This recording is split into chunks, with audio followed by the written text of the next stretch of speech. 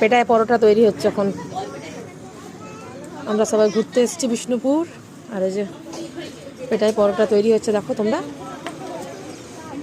দাদা তৈরি করছে দেখো পেটায় পরোটা।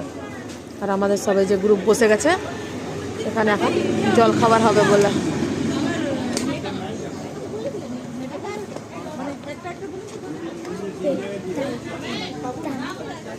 এটা ময়দা দিয়ে বানানো মতো না?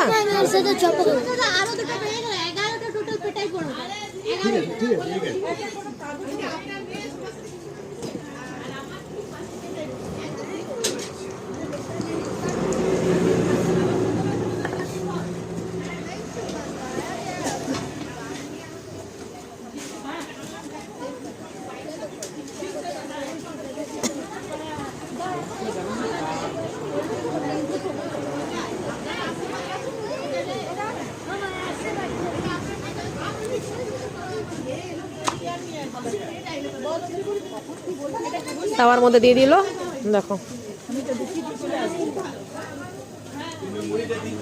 আরো তৈরি হচ্ছে। আমরা প্রায় 25 জন আছি, তো কিছু লোক মুড়ি খাবে আর কিছু লোক পেটায় পরোটা খাবে। এই যে গরম গরম চপ ভাজা হয়ে গেছে, ওইদিকে চাও তৈরি হচ্ছে।